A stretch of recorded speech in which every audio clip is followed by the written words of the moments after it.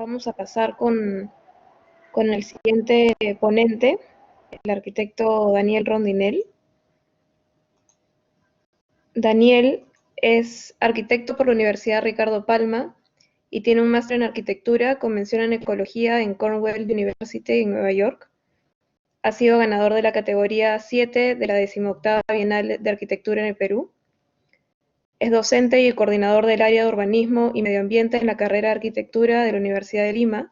Además es investigador en el Instituto de Investigación Científica IDIC de la misma universidad y también es fundador de Interlocal Estudio y consultor de sostenibilidad. Daniel, te cedo el pase. Muchas gracias. Gracias, Romina. A ver, un ratito, voy a probar la cámara. ¿Está? ¿Se la ve? ¿Se la escucha? Perfecto. Bueno, gracias por la invitación. Karen, súper lo que expones. La verdad que con lo que inicias hablando de que investigar, ¿para qué investigamos si no es para crear un mundo mejor? Creo que la investigación es algo muy importante. La especialidad que yo escogí es la sostenibilidad y la ecología. Y en el caso peruano hay mucho que investigar en ese tema, hay mucho por hacer. Cualquier tema que ustedes planteen, seguramente hay oportunidades para investigar sobre eso. Lo que voy a presentar a continuación es una investigación del año, hace unos años, ya del año 2016-2017, marzo 2016, marzo 2017, que realicé junto a Christopher Schreier para el Instituto de Investigación Científica y se llama Criterios de Sostenibilidad para la Vivienda Social en el Perú. ¿Cómo pasa esto? Acá. Bueno, la investigación fue publicada en el año 2018 en un libro que se llama The Pirate Handbook of Sustainability, y nosotros publicamos un capítulo del libro, el capítulo 21 para ser exactos, en esta investigación. El apoyo importantísimo de nuestros asistentes de investigación, en este momento alumnos, como muchos de los que están escuchando, Rocío Diestra y Claudia Gómez. Entiendo que las dos ya están egresadas, Rocío ya es arquitecta, y bueno, el apoyo de los practicantes y es sumamente importante. Nuevamente es una investigación realizada para el IDIC. Bueno, las ideas iniciales, lo que buscábamos era investigar los criterios de sostenibilidad de los programas de vivienda social en Latinoamérica y preguntarnos también si es que en el caso peruano acababa de salir el bono Mi Vivienda Sostenible. Seguramente ustedes han visto por la calle letreros y dice el bono Mi Vivienda, el bono Mi Vivienda Sostenible, ¿no? Bueno, en el año 2016 acaba de salir el bono y nosotros nos preguntábamos si es que podíamos llamar a Mi Vivienda Sostenible o las viviendas que iban a Mi Vivienda Sostenible como realmente eran sostenibles o qué tan sostenibles podían ser.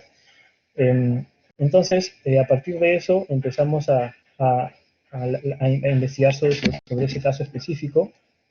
Y bueno, la primera parte era hacer unos criterios de evaluación, lo voy a mencionar en un momento.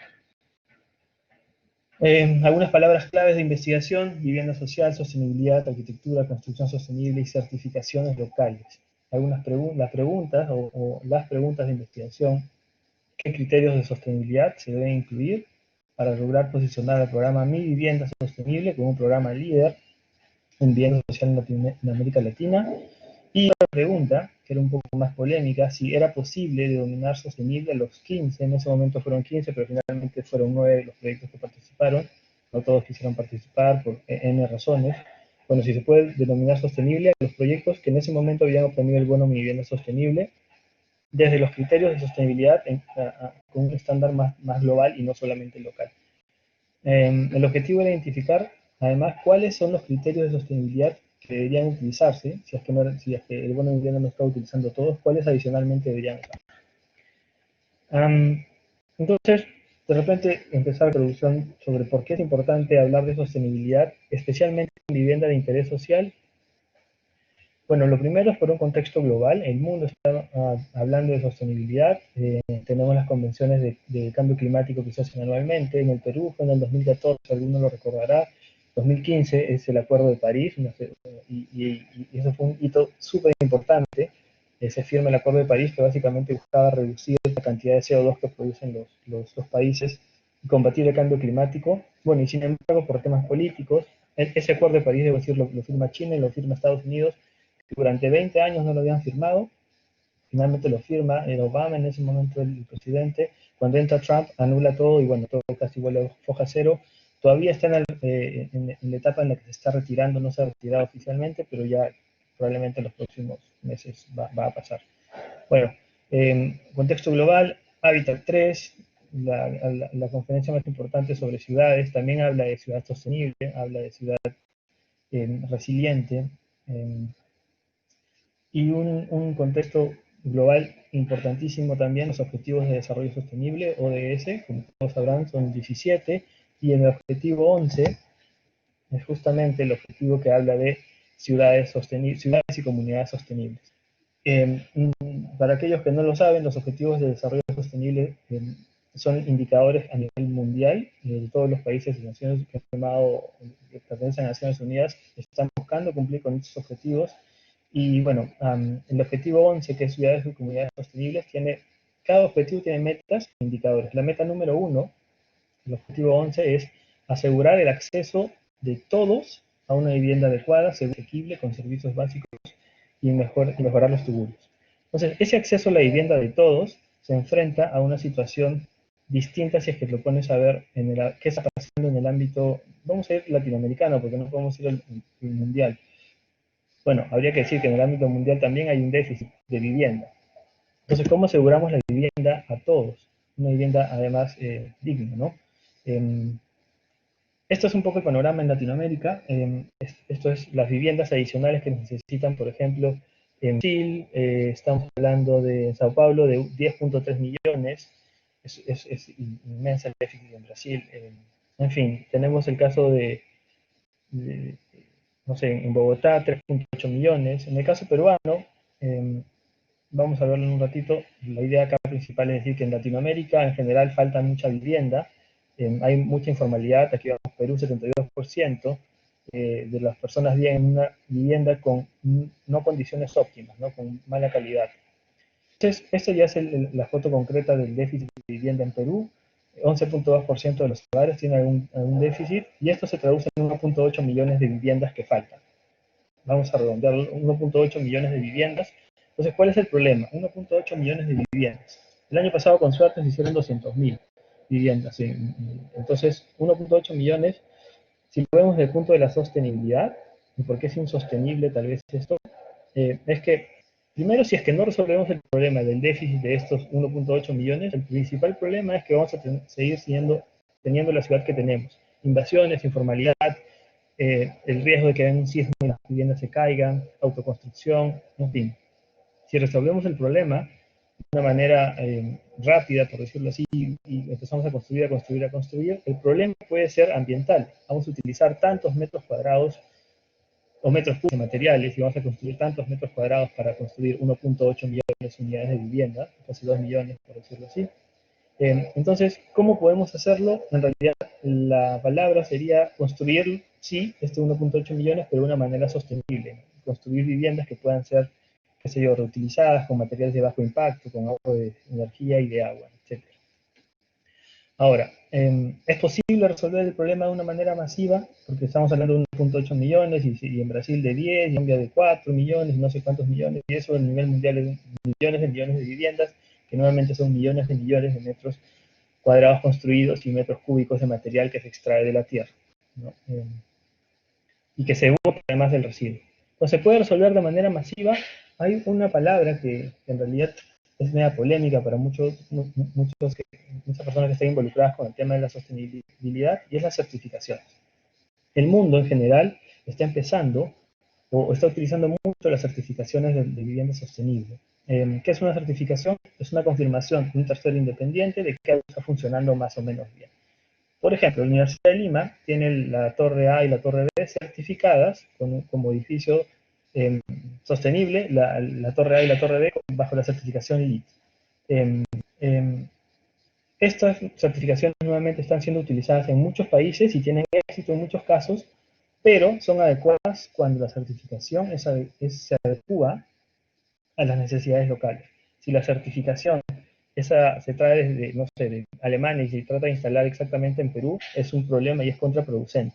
algunos casos también, el problema de las certificaciones es que puede realizarse un greenwashing, ¿no? O un lavado verde. Es como haces 2 o 3 cambios, 3 o 4 cosas y te dan tu certificado y tu sello, tu edificio es verde y contaminas muchísimo. Entonces, es un arma de doble filo. En la balanza, yo prefiero que un edificio sea certificado que no sea certificado. Por muchas razones, inclusive desde políticas hasta que realmente pueden estos edificios ahorrar algo en comparación a los que no. Pero estoy hablando en términos muy, muy generales. Estas son algunas certificaciones en el mundo. Voy a pasar muy rápido. La principal, seguramente a nivel mundial, que mencioné hace un ratito, LEED, que es de Estados Unidos. Tenemos BREEAM en Reino Unido. La más importante es HQE en Francia, CASI en Japón, DGNB en Alemania. Esta de acá, el Green Building Challenge, es una certificación americana, pero es muy difícil. Y en un panorama más local, CASA, el sello colombiano, Colombia tiene una certificación.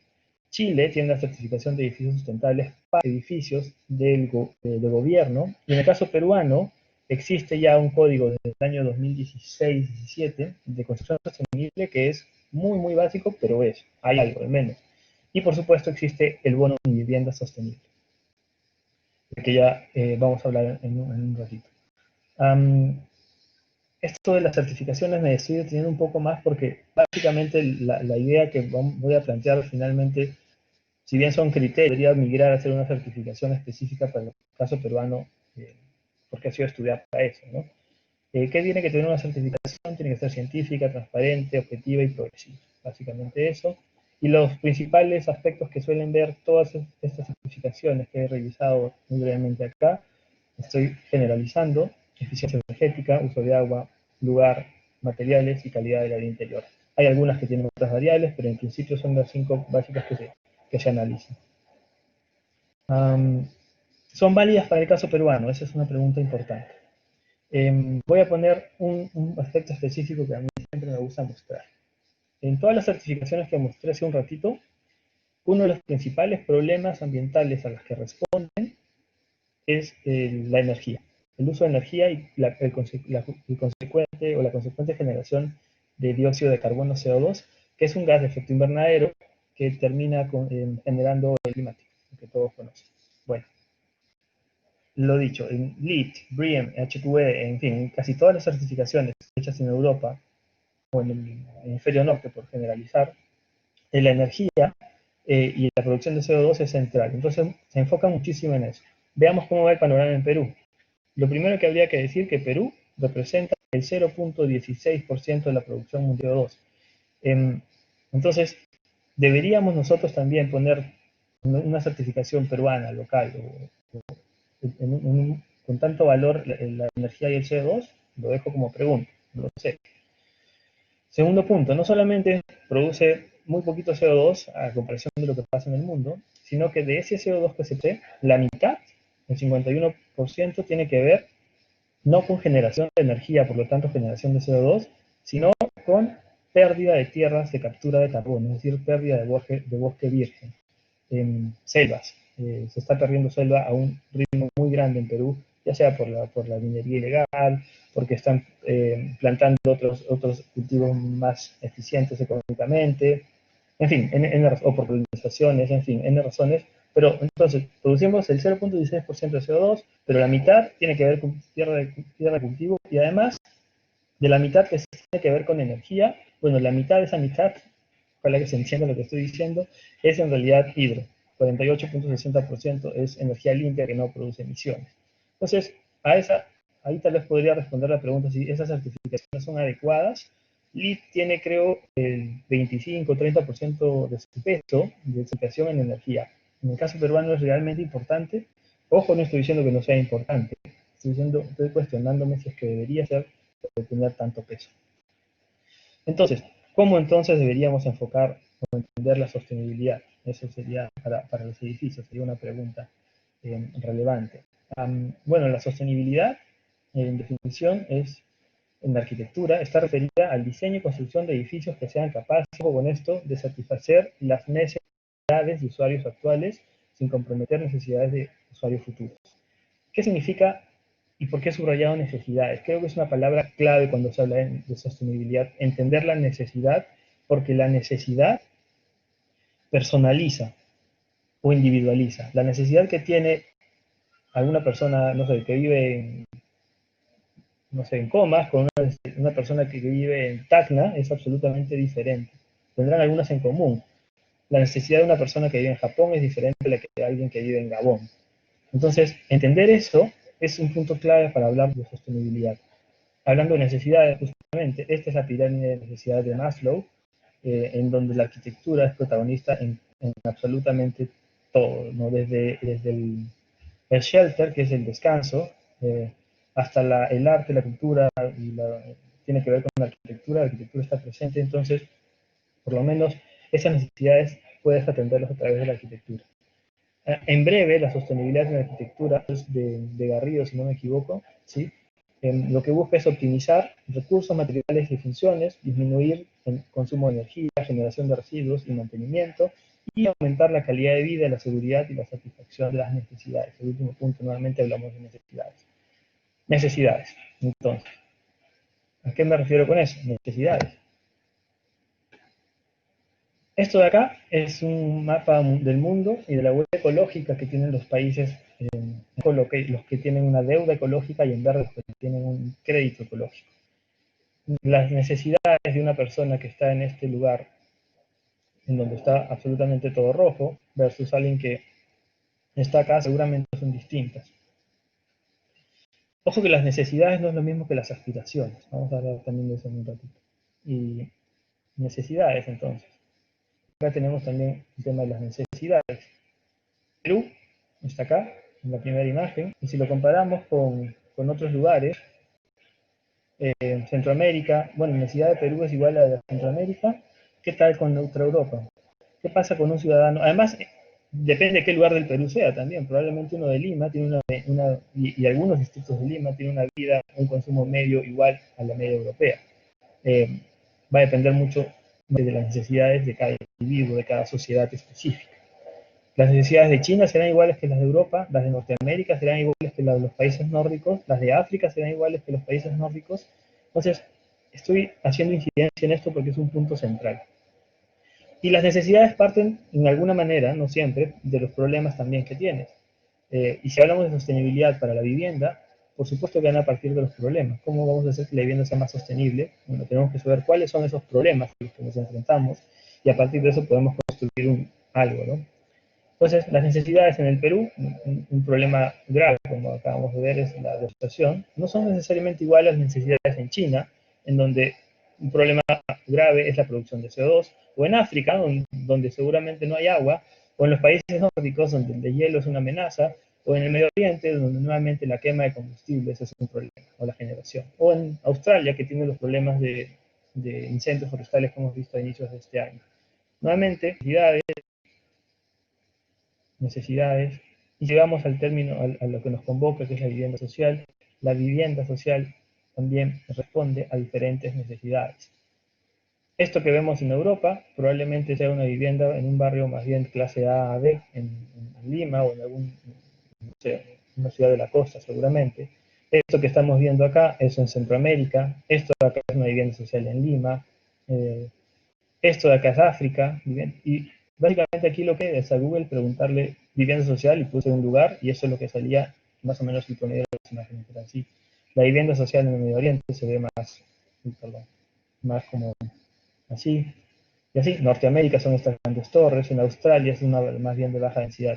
Nuevamente, las necesidades son diferentes por y las necesidades son diferentes a las ambiciones.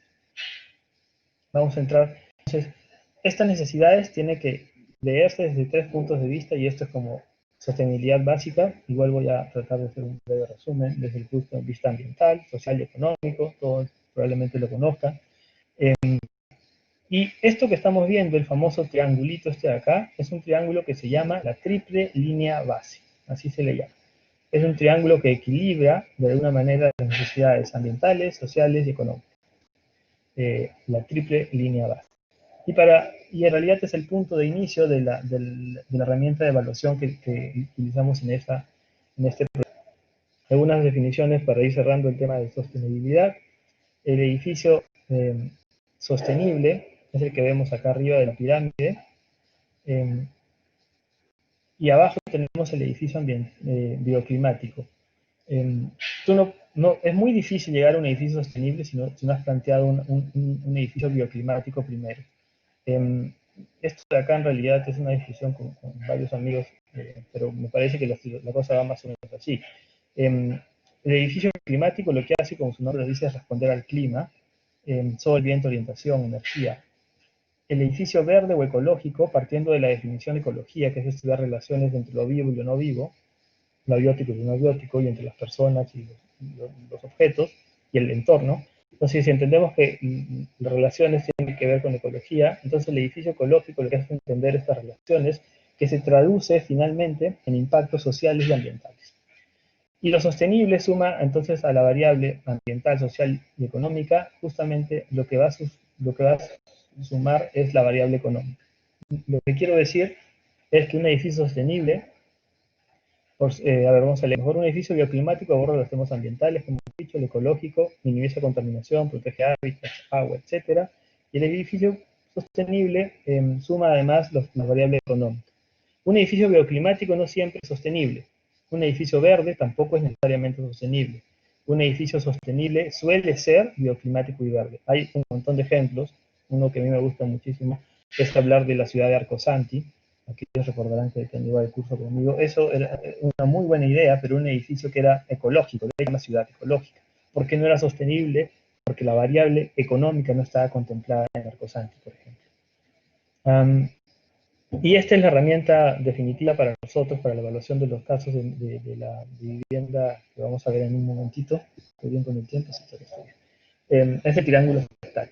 El triángulo, la triple línea base que vimos al inicio, evolucionó, o la hicieron evolucionar, William McDonald y Marco Glauhart, en el libro de Trufello, evoluciona esta figura, y lo que hace es crear este triángulo fractal, en donde cada fracción del triángulo responde a una interacción entre la ecología, la economía y lo social.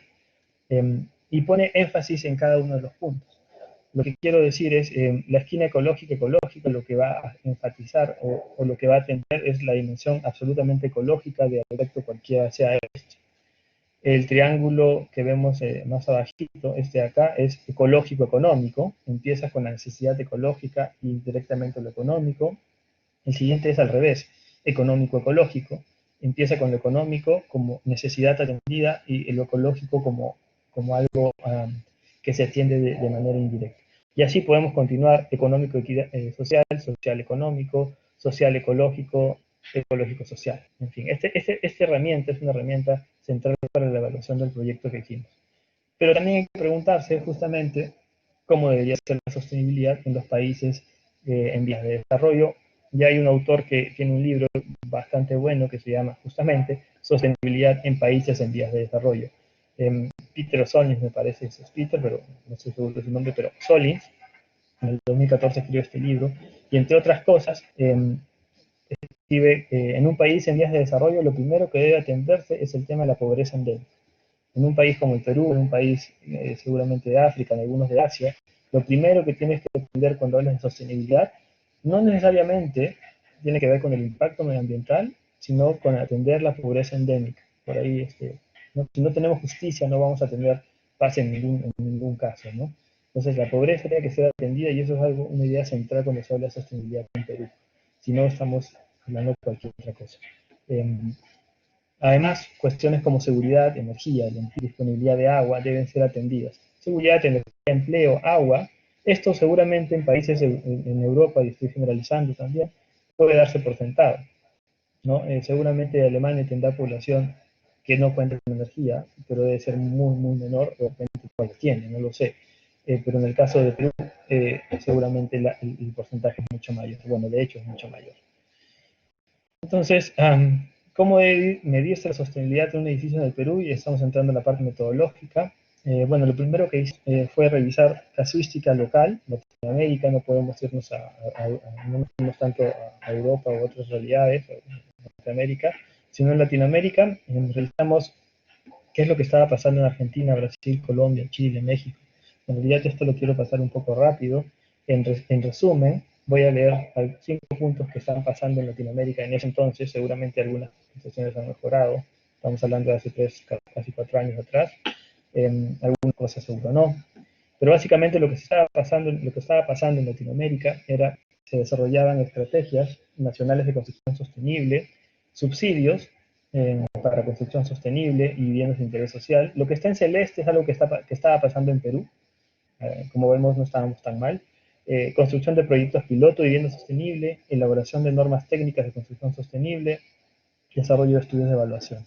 Entonces, en Latinoamérica era más o menos pareja la situación, pero Brasil, Chile, tal vez México, Colombia estaban un poco por encima de los demás. No había mucha información sobre Ecuador, no había mucha información sobre Bolivia y sobre algunos otros países, pero en resumen estaban empezando a pasar cosas en Latinoamérica y Perú un poco retrasado respecto a los otros, pero también de alguna manera empieza a pensar en la sostenibilidad. Y lo que voy a pasar ahora va a ser demasiado rápido y seguramente no se va a entender. No, espero que sí se entienda. Es lo que quiero formar acá, más que enseñar el contenido de cada una de estas diapositivas, es mostrar un poco el trabajo que hay atrás de la revisión bibliográfica. En esta ocasión, lo que decidimos fue hacer un mapa mental para cada uno de los libros y de los artículos que leímos. Y como ven acá en este primero, de cada libro o artículo que leíamos o consultábamos, empezábamos a resaltar algunas variables, unas palabras claves que podrían convertirse después en variables para ser evaluadas. Por ejemplo, en este libro, que era de Paredes, 2013, lo que se hablaba de estrategias ambientales, hablaba de ciclo de vida, materiales, duración, eficiencia, reciclaje. Entonces, todas esas palabras íbamos como juntándolas y poniéndolas dentro de una lista de variables. Bueno, estrategias ambientales, ese es otro libro, o un informe, o un artículo, otro más. Voy a pasar esto súper rápido. ¿Qué es la arquitectura sostenible? Las naturalezas artificiales, aquí hay variables, por ejemplo, energía, recursos, residuos, emisiones. En fin, otro libro más y todo el mapa mental y las ideas principales del libro. Estamos hablando que esta imagen es el resumen de un libro, o un capítulo del libro, entonces es realmente condensado. Y me acuerdo nuevamente la figura de Cristina de la Mañana, que era como una pirámide, así que tenía unas marañas de unos monstruos acá escondidos, y finalmente tú veías solamente una cosa pulcra y limpia. Bueno, esta imagen es esa cosa pulcra y limpia, pero abajo de esto hay toda una maraña de cosas y de mucho procesamiento de data y de información.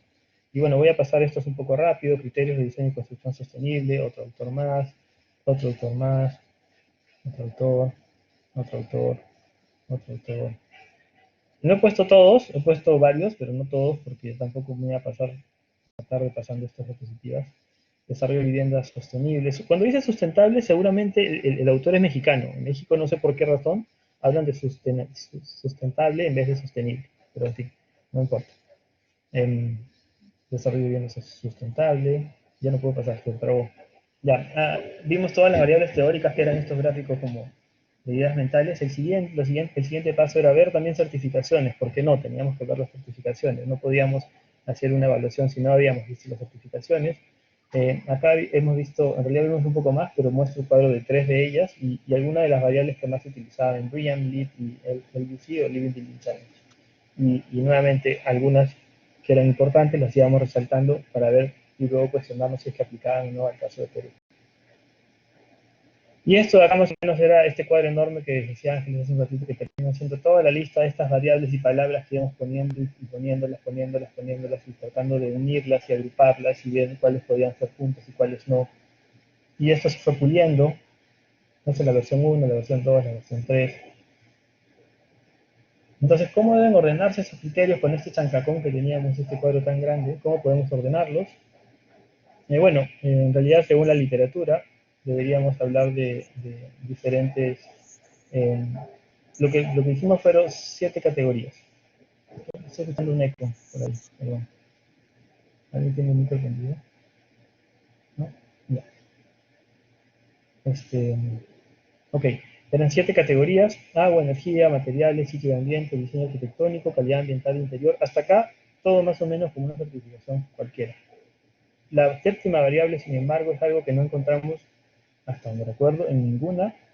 Tal vez habían algunos aspectos de esa en las que sí se tocaban, pero la variable social económica no la vimos tan explícita en ninguna certificación de las que revisamos.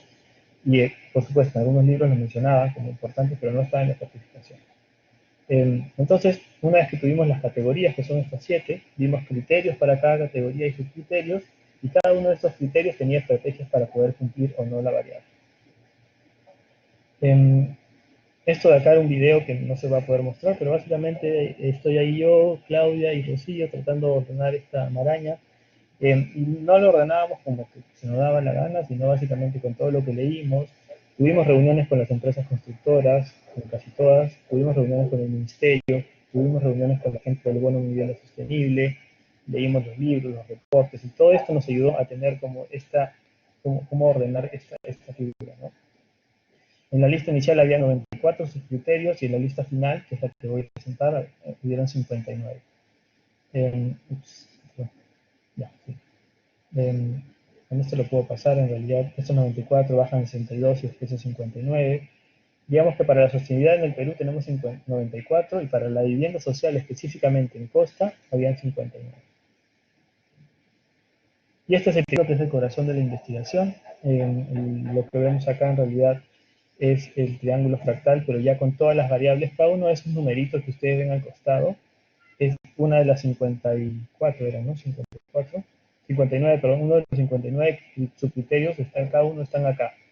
Y los ubicamos dentro de la variable, dentro del triángulo fractal, porque por supuesto que era mucho más relevante para nosotros, o debería ser para la sostenibilidad, una variable que cumplía, que atendía la necesidad del centro del triángulo de sostenibilidad, como la 531, 541, 561, y no digo que no sea importante, pero era que aquella que solo cumplía con una variable era un poquito menos importante, menos relevante para el caso de estudio. Entonces hicimos esto, eso es un poco lo que vimos, 25% de las variables estaban en el centro, 19% en lo económico-social, en fin, no voy a pasar esto un poco rápido, porque me interesa mostrar la lista definitiva. Otra vez se trabó. Acá está. Entonces, pues, acá teníamos las variables, que ya están las 54 ordenadas acá. Por ejemplo, para agua teníamos, no sé, calentar por demanda o reuso de agua para irrigación. Son variables específicamente pensadas a partir nuevamente de las experiencias y las conversaciones que tuvimos con el ministerio y con las personas. Era específicamente para eso.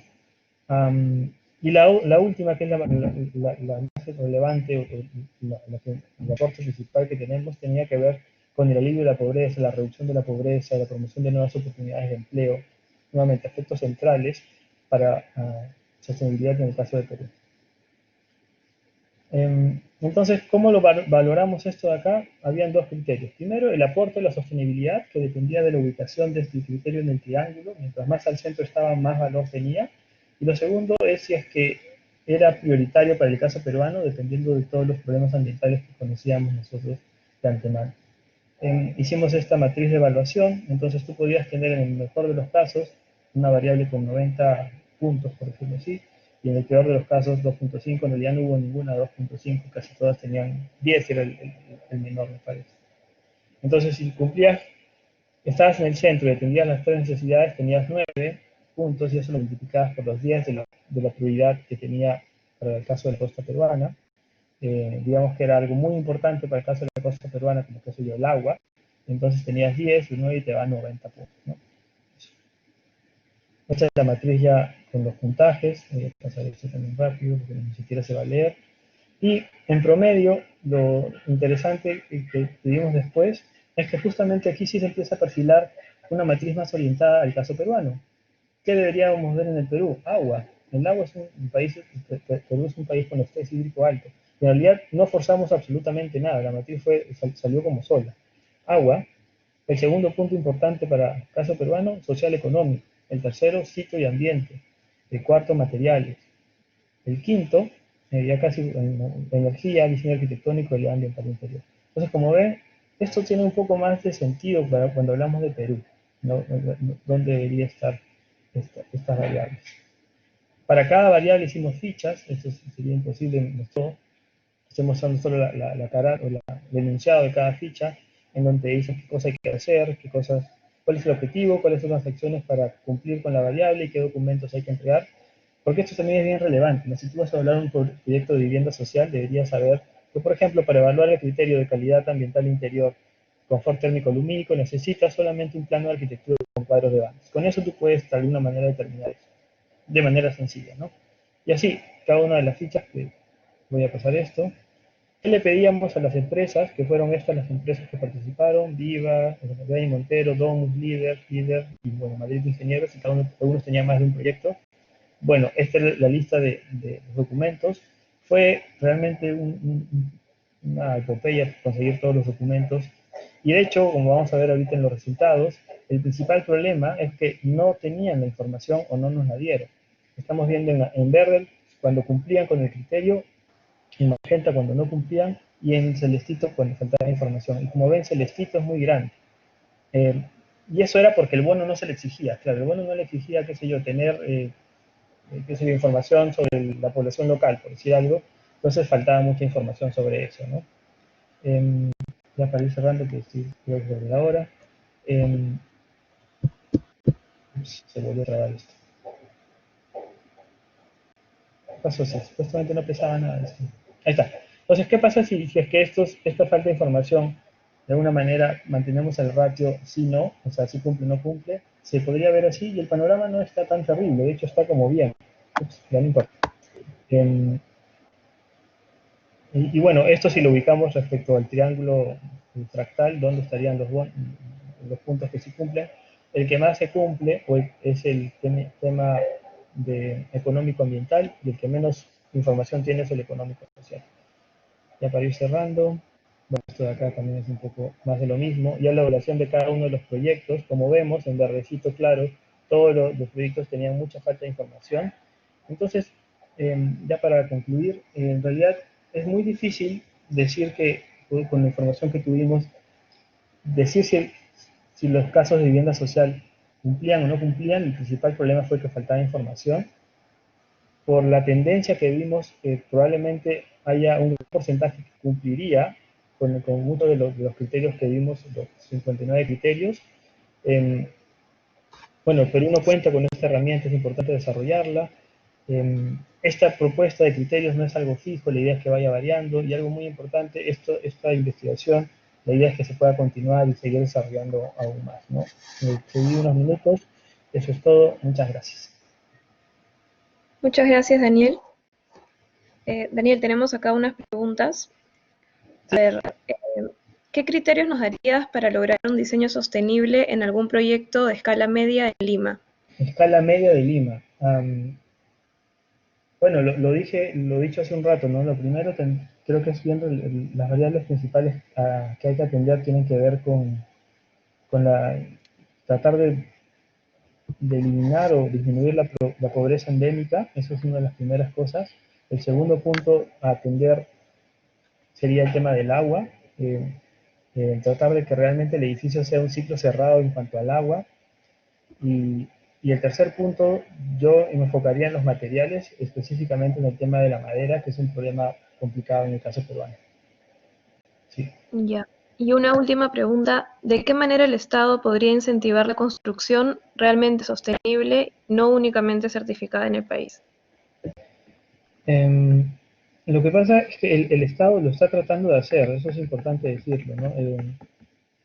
Tal vez los esfuerzos no son, o mejor dicho, los fondos, los recursos con los que cuentan no son lo suficientes. Hay un código de construcción sostenible, ustedes lo como súper básico. Eh, Creo que lo que faltaría para que el Estado incentive o pueda hacer esto es, yo diría que más investigación y que la investigación se ponga a disposición del gobierno, ¿no? Bueno, yo les he pasado esto de acá al ministerio, espero que no sé, se tome en cuenta alguna de las cosas, la investigación está publicada también y en realidad me parece que va por ahí, ¿no? Investigar y seguramente tendrían que, yo creo que sí sería importante que sea una certificación, porque si no, pero una certificación bien hecha, quiero decir, porque si no probablemente el problema va a ser que, que muchos edificios se van a colgar el rótulo nuevamente de sostenible, que es una, ya sé, que es una certificación, pero bastante difícil, o sea, difícil no, bastante, ¿cómo es la palabra? Como una certificación exigente, eso es lo que quiero decir, ¿no? Que no sea una certificación sencilla, muy simple, sino que sea exigente, y por ahí vendría un poco la recomendación. Sí. Ujú. Perfecto, perfecto, Daniel. Muchísimas gracias por la ponencia, súper interesante.